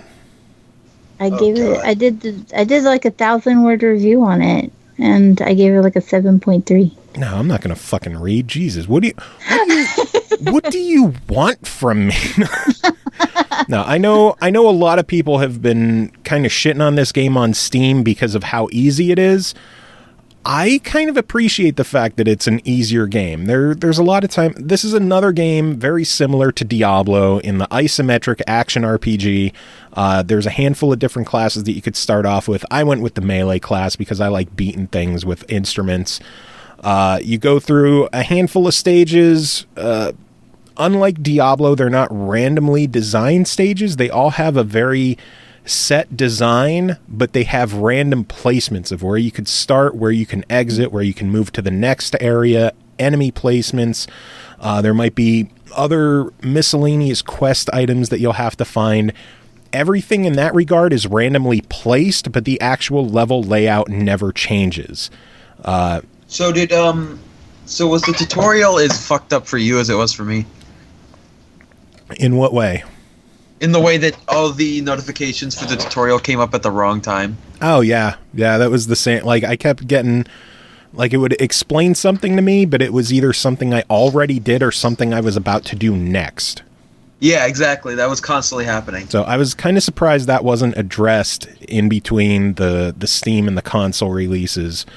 Gameplay-wise, it's standard action-adventure hack-and-slash. Top-down view, run around dungeons, beating up enemies, collecting money to upgrade your character and upgrade your abilities. You don't use money to buy weapons. You just have one standard weapon through the whole game. When you kill enemies, you'll gain personal experience and weapon experience. As you gain weapon experience, It will... Huh? I just went, ooh. Dick. As you gain the weapon experience, every level that you gain from the weapon, you'll be able to increase a variety of different stats, whether it's like attack damage, defense, your health point. Like, the only thing I have upgraded in this game has been my attack power, because as mentioned, this is a very easy game. It's time consuming and that you'll have to do a lot of runs through the same areas to accomplish side quests and whatnot. I have never felt my character was going to die. But I actually have videos of, like, the first time I would run into a boss and I'd take them out with one hit. Yeah, I have already killed bosses in a single hit, which is kind of weird. Like, this feels like baby's first Diablo at times. It is rated for kids too. It's E10 and I think 7. Yeah, it's like people calling the Mario and Rabbids game baby's first XCOM. Like, it's not clearly not designed for babies. It just seems like an introductory game to this genre, and I think a lot of people were expecting more of a hardcore game out of this. But you have to accept the game for what it is, not what it isn't. And I am enjoying what's there with this game. I do have some gripes with some of the level layouts. A lot of the levels, like especially the one, God, what the hell was it? Like the ruins? Yeah. In particular, it just felt like backtracking constantly. Like, push a block onto a switch to open a door, to flip another switch to open a door that was right next to the first fucking switch that you were just by. It seems like just artificially lengthened. Later on in the game, there was like a kind of like a haunted, I don't know if it's haunted, but some rundown, dilapidated carnival mansion or something. And there were times where you had to push a block onto one of the switches, which most of the time they were fairly nearby. In this area, the blocks were like 3 rooms away, and your walking speed when pushing them is like a third of your normal speed. So there were a stretch of like a minute and a half where I'm just pushing a block to a different room. And if you run into an enemy when you are moving that block and you let go of it, it warps back to its starting point. Yeah, after a few seconds, it goes back. Yeah. So if you don't kill those enemies with the quickness and get that block again, you're starting all over. Yeah, it just felt like they tried too much to artificially lengthen the game, which irritated me. Otherwise, it's a fairly enjoyable hack and slash beat 'em up kind of game. It's something that you could play with your kid. It does have local gameplay. It doesn't have any kind of online that I saw. It might get patched in. Who knows? I doubt it. I think the other complaint is the price of the game. It was, what, $30 on Steam?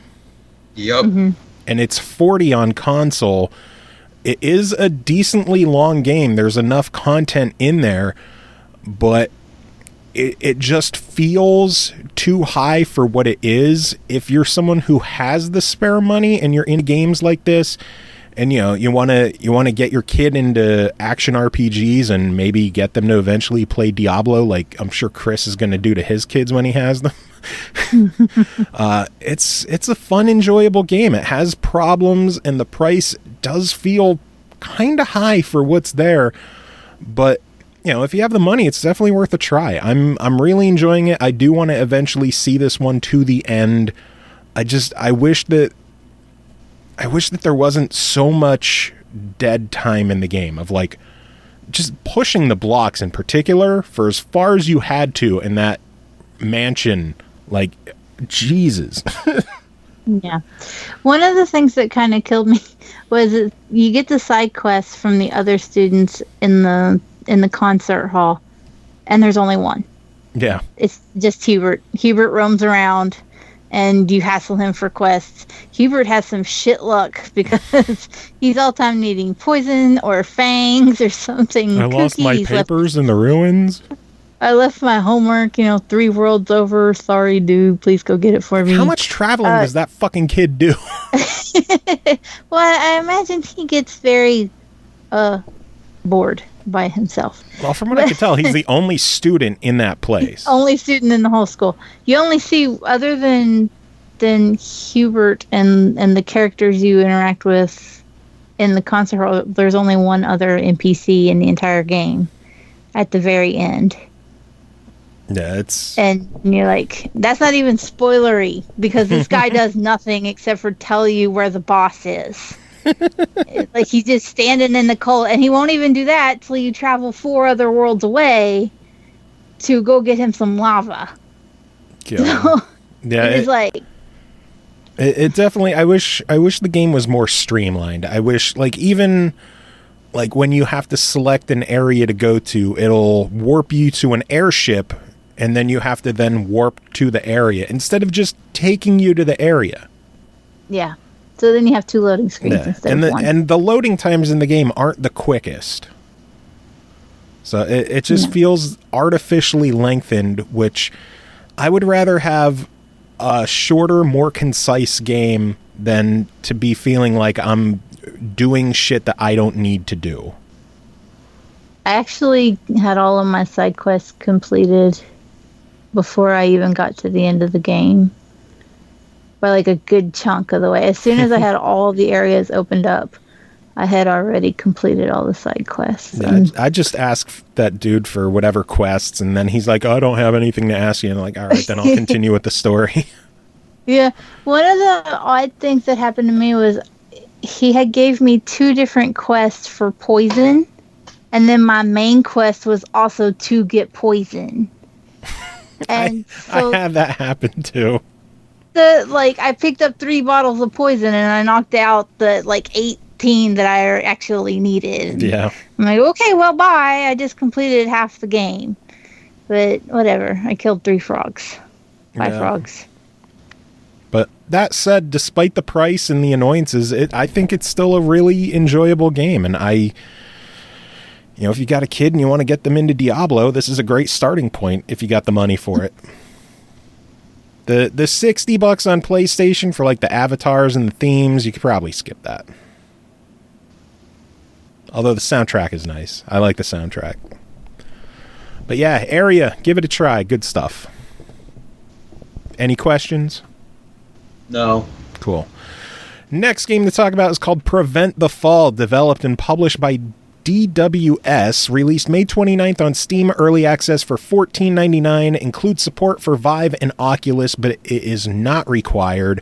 Prevent the Fall is a role-playing game / dungeon crawler. Advance through 20 character levels as you acquire items of power and attempt to conquer dungeons, which are a mixture of handcrafted and generated content. Both VR and non-VR and single-player or multiplayer co-op are supported. CJ, what did you think of Prevent the Fall? What did I think of Prevent the Fall? I um, Oh no. what do you mean? What do you mean? Oh no. Anyway, the first thing I had to say is think of Crypt of the Serpent King, but add more depth and change it to a third person perspective. Okay. Now there's Prevent the Fall.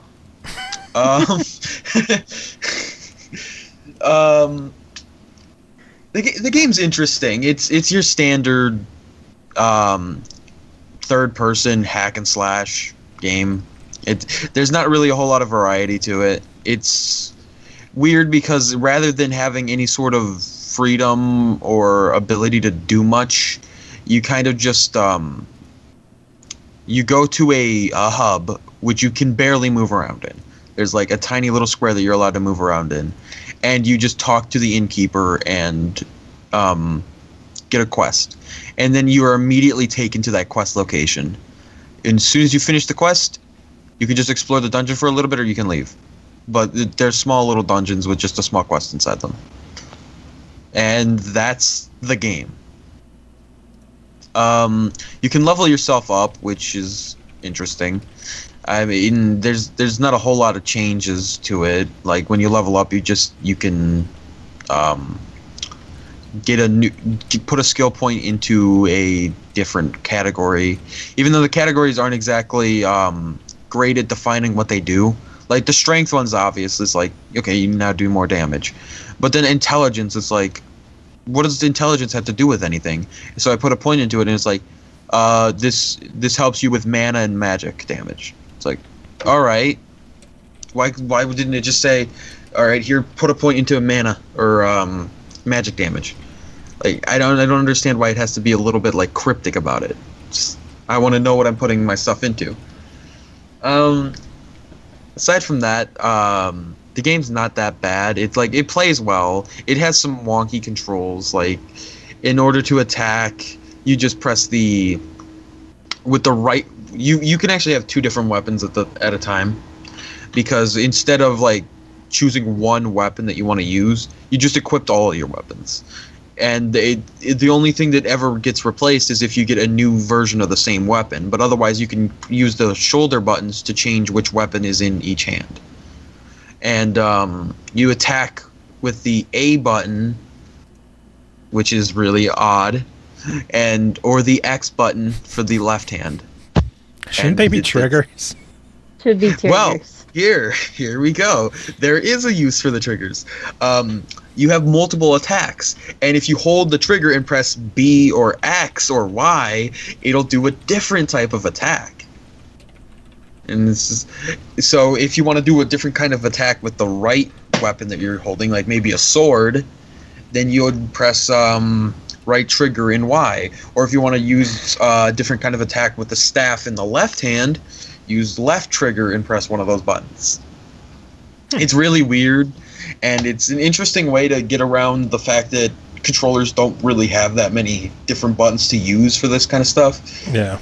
But it's definitely the most wonky and weird control scheme I've ever had to use in a game. Also, the jump button is Y. Like, why?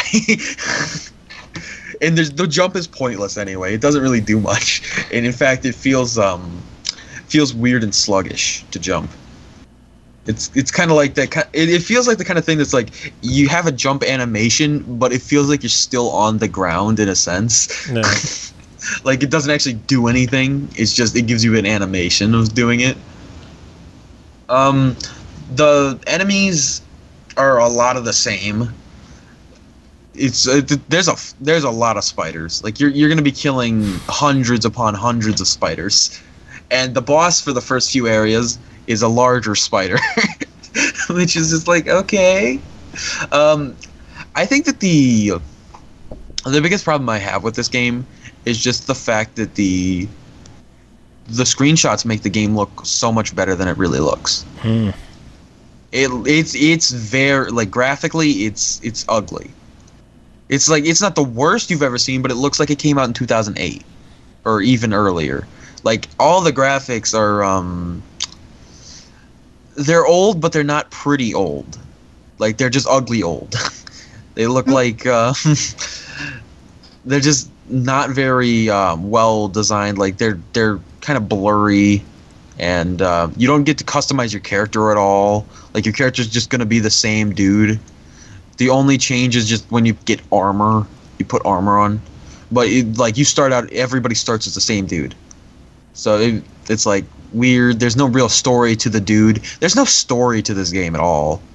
In fact, it's just the quests. Yeah. Well, it is still in early access, so it might be, one of those situations where they're waiting to put the actual story in there until near the end. They're working on the mechanics and everything else first. I don't really see them doing that because it's a lot of like, if you don't like the idea of doing that quest, you just choose a different. You can be like, all right, I want a different quest. Like it's not really something that falls in order. There's just like do what you want. And with the VR aspect being included, I really think that this is more of like, I don't want to say sandbox, but just like free to do what you want. Yeah. I think the game could have definitely been a lot more fun. I'm very glad that it is in early access because at first when I was playing it, I was like, if this isn't in early access, this is not good. But it's in early access, which redeemed it a little bit. It's like, all right, they're still working on it. They have time. They are planning to bring it out of early access by the end of the year. The actual date will vary by how smoothly the early access period goes. How will the full version differ? We will respond to user feedback and adjust accordingly while continuing to build and refine content. While our dungeons are partially generated, the layouts themselves are pre-generated so that light maps can be built to ensure maximum performance. Over the course of the early access, we will continue to add additional layouts, polish, balance, UI, and bug squashing are other areas that will be a heavy focus during the early access period. And they say that they reserve the right to raise the price at the end of early access. They are keeping their options open and no final determination has been made. So for the $15 they're asking now, what are your thoughts on this one? There's not a lot of redeeming qualities to it. I gotta say, like, the best part is just that the gameplay works. Yeah. Like, it's not a horribly glitchy game. I will give them credit there. It's not a very glitchy game for early access. It's just there's not a lot to it. And even saying that, this game does have more depth. Like when I introduced it, I said it had more depth than Crypt of the Serpent King, but not much more. For the price, I feel like I got to give it a hesitant try. What if you're a VR owner? I wouldn't know because I don't know how the VR version differs from, like, I'm assuming it'd be fine, but I haven't actually played it in VR to be able to say, like, the VR works well, because if it works anything like how the normal version works, it's not going to be great. No. I'm curious what the VR stuff in here is. Yeah, I don't really know what to expect from the VR because I don't have the $800 or $600 to drop on an Oculus Survive or whatever. So I'm guessing this doesn't seem like something to drop the money on now. Maybe wait a couple of months and see how it develops. Yeah. If you look at this game and you still have interest, even after what I've said, I would just wait and see read the update notes every time they drop an update. And see what's going on, see if the game is improving, watch gameplay online, and just check it out. Make sure that the game's getting better, because as it currently stands, I don't believe it's worth the $15.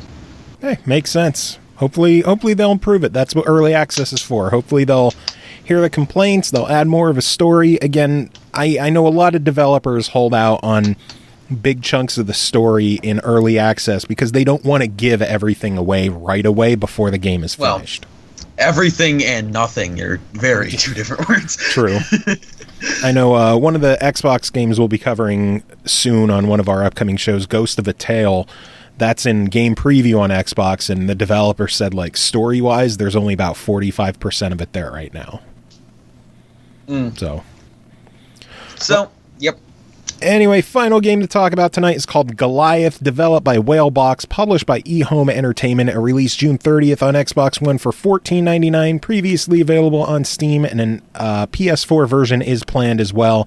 After stumbling through a mysterious rift, you find yourself in a mysterious world consisting of the jumbled fragments of 100 dead civilizations. Several powerful factions battle for control of the strange and broken land, but even the strongest among them tremble in fear of the monstrous giants that roam the land. Fortunately, you can build giants of your own. Search the world for the items you need to craft tools and weapons that will help you even the odds against the enormous creatures you confront. This is a really, really interesting mix of like survival games as well as, once again, like isometric action adventure Diablo style gameplay, but more of an open world. You start off just as the playable character, and you have to collect different, like cut down trees and bushes and collect twigs and logs to eventually create a camp.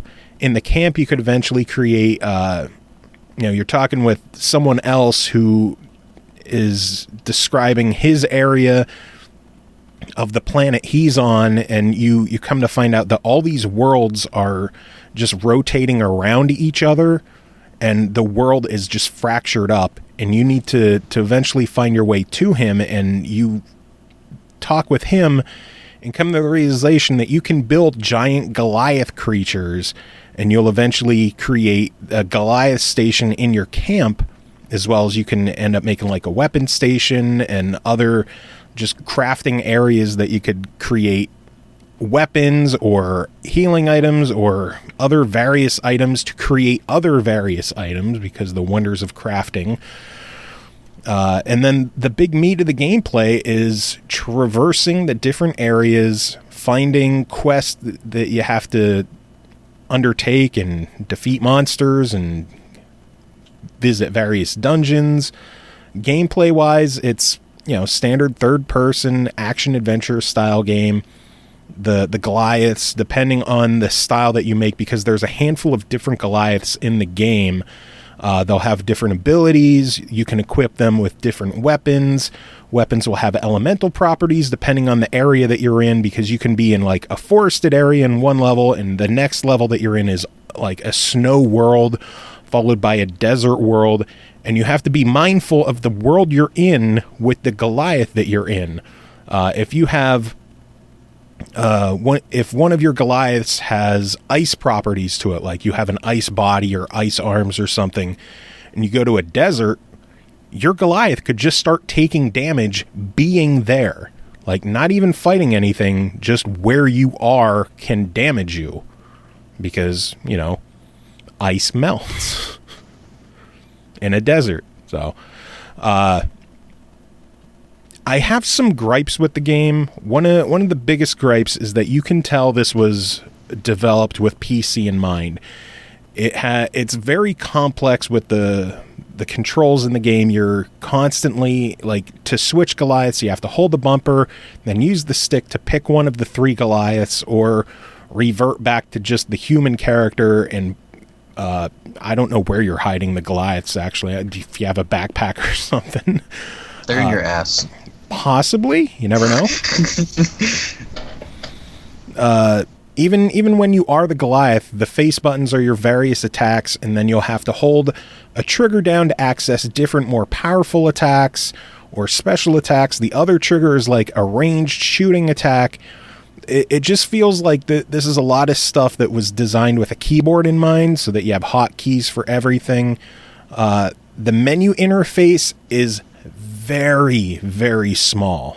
Like, I'll open my inventory and I have to squint and like get up close to my monitor to see like how many of an item I have, or what the items are. It's very small. It doesn't seem like the UI was well retrofitted for console, or for being on a TV that you're far away from instead of being like 4 inches away from a monitor. Gameplay itself, it is fairly difficult. I have found a lot of times where I'll be fighting even like tiny little duck creatures. You're fighting 1, 2, 3, 4, even 5 of them at a time, and you're not having any kind of problems. But if you wander into an area and there might be a couple more hiding in the trees, you attack one and like 30 of them come charging at you, they're going to take down a giant Goliath fairly easily. You do have special attacks, like I know my wood Goliath, I'll use his whirlwind attack. His whirlwind attack constantly when I'm around smaller enemies. But even some of the larger beasts, like there's kind of like giant bull type creatures, and fighting one of them is difficult enough because they have a charge attack that will knock you down. But if you're fighting more than one at a time, and I've already had fights where I'm going up against like 5 of them, one will knock you down, you stand up, another knocks you down, you stand up, another knocks you down, you stand up, another knocks you. Like, you get juggled like crazy in some of these battles. And I shouldn't have to find ways to like cheese the enemies where they'll be on the other side of a wall and I'm attacking through the wall and just barely clipping them. It's a cheap way to take them out, but sometimes that's the only way to actually take them out because they just seem so overpowered. The game also doesn't really teach you as much as you need to be taught. It was a couple hours into the game before I realized that my Goliath could equip a weapon. Wow. That's didn't funny. Know. That's hilarious. Like, I saw these items in a shop that's like a sword. Who the fuck? Oh my god, my Goliath can equip a sword. Or like an axe, or just... I had no idea for the longest time. And I was fighting these monsters with just my fists, trying to beat them away. And, as soon as I equipped the weapon, I'm like, wow, this is significantly easier. Even the weapons have like varying degrees of power, I guess, from like a standard to like a mighty or a majestic axe or something. So you have to pay attention to the descriptor of the item, and then they will also have elemental properties. Sometimes you have to make sure that you have the proper weapon equipped based on where you are, because you might be fighting an enemy and you'll have like a flame weapon equipped and you'll attack an enemy and it just heals them. Interesting. Yeah, so you can go into a situation where you're like, oh, there's a bunch of enemies here, I could take them out, and you go to attack them and you just heal them and then they beat the shit out of you. So there's a lot of planning and a lot of strategy in the game, a lot of crafting to do. It doesn't feel like the crafting is necessary at all times. Like I've already had situations where my inventory is packed and I don't know what I need and what I don't need, but I'm afraid to get rid of stuff because I might need it for something. Like the only thing I've been consistently getting rid of is stuff like dynamite and landmines, because I'll just beat up monsters instead of trying to plant mines and traps and shit like that. And I would sell them to just buy repair kits for my Goliaths because they take so much damage from some of the encounters where, some areas, the one dungeon I was in, there were mines on the ground. There were like 10 spiders attacking me from 3 different nests that they could respawn from while hitting these mines and them exploding and damaging me. And if you're not paying attention to your health and mashing away at these repair kits, you can die in seconds, or your Goliath will get destroyed in seconds. And if your Goliath is gone, you can store up to 3 of them on you. Again, assuming they're just up your ass. Once they're like those pills. Once those are gone, like if you don't have any more, you're fucked. Like you have a stealth ability to hide and get away from things, but you'll have to activate the ability, try running through an area and then hiding again, wait for your ability to recharge, use it again, hightail it through an area, hide again. It just seems very, I don't want to say it's difficult, because for the most part they aren't. It just, when the enemies are stacked against you, it's such an uphill battle to try and fight your way out of, because you just get swarmed and overwhelmed. All that said, like, I'm having a lot of fun with the game, despite the issues. $15, I think, is a great price for the game. It's low enough that it's an easy game to get into and drop the money and see if it's for you or not. It's varied enough between the different areas you go to and the different quests and missions that you have to accomplish. If you're into crafting, you can fuck around with the crafting a lot.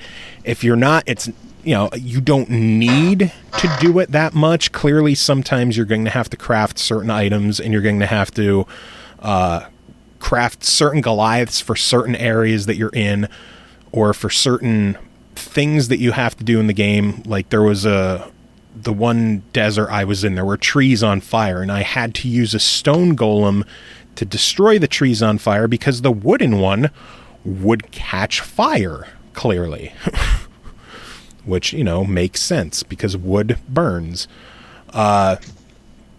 There's lots to unlock in the game in terms of each Goliath has different elemental body parts that they can equip that you have to earn through either destroying a certain number of enemies in certain ways or completing certain quests. There's just the amount of depth in the game is insane if you want to find it all. You don't have to. A lot of it is purely optional, but it's there if you want to find it. I do wish the UI was tailored to console a little bit better. Again, like the inventory, it's just so hard to read sometimes, and to see how much of an item you have. Overall, it's fun though. I have to give it a recommended try. It is a lot of fun despite all the gripes I have with it. I do want to put more time into it and maybe give an update next week on the show, just because of how much is there. And I honestly feel like I've barely scratched the surface, despite the fact that I've put like 6 hours or something into the game already. And I feel like I haven't done anything. It is fun though. I really like it. I can't tell if I'm alive anymore. I couldn't tell if either of you were alive for how quiet it is. I'm so dead. Y'all are terrible at conversation when I'm doing reviews. Yeah, because, I'm tired. Like, I try asking you shit during reviews to keep a conversation going, and I feel like I'm just rambling to no one. Well, I haven't played that. How do you spell Goliath? G-O, fuck yourself. I haven't played Goliath, but I do have it set to install tonight, so... Hey, actually, she fucking put in the work on AereA, so I don't want to fucking hear it. I did. I put in the work. CJ didn't put in the work. You can bitch at CJ. Yeah, shut up. I was just defending you cunt. I know, but you're mean to me so much. I had to take an opportunity. When my guard is down, that's when you want to attack.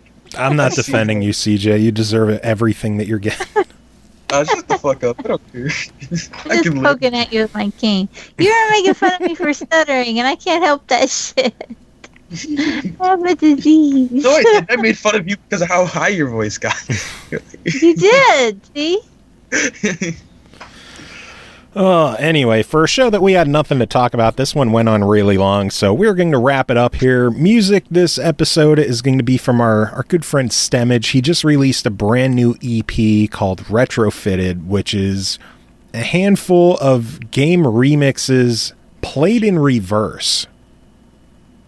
Like the Mario theme arranged in reverse.